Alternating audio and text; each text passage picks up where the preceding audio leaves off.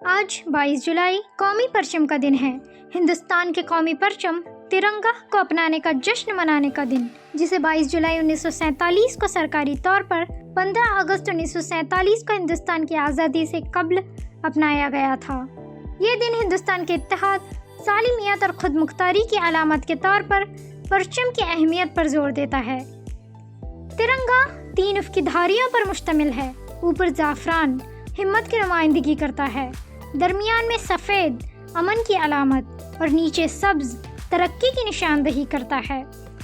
مرکز میں اشوک چکر ہے، ایک بحریہ نیلا پہیہ جس میں 24 سپوکس ہیں، جو ترقی اور قانون کے ابدی پہیے کی علامت ہے۔ 2002 میں فلیگ کوڈ آف انڈیا کو اپڈیٹ کیا گیا تاکہ جھنڈے کو سال بھر ڈسپلے کیا جا سکے، بشرط یہ کہ یہ احترام کے ساتھ کیا جائے۔ آج اسکول، سرکاری دفاتر اور کمیونٹی گروپس جھنڈے کو عزت دینے اور سب کو اس کے معنی یاد دلانے کے لیے خصوصی تقریبات کا انعقاد کرتے ہیں۔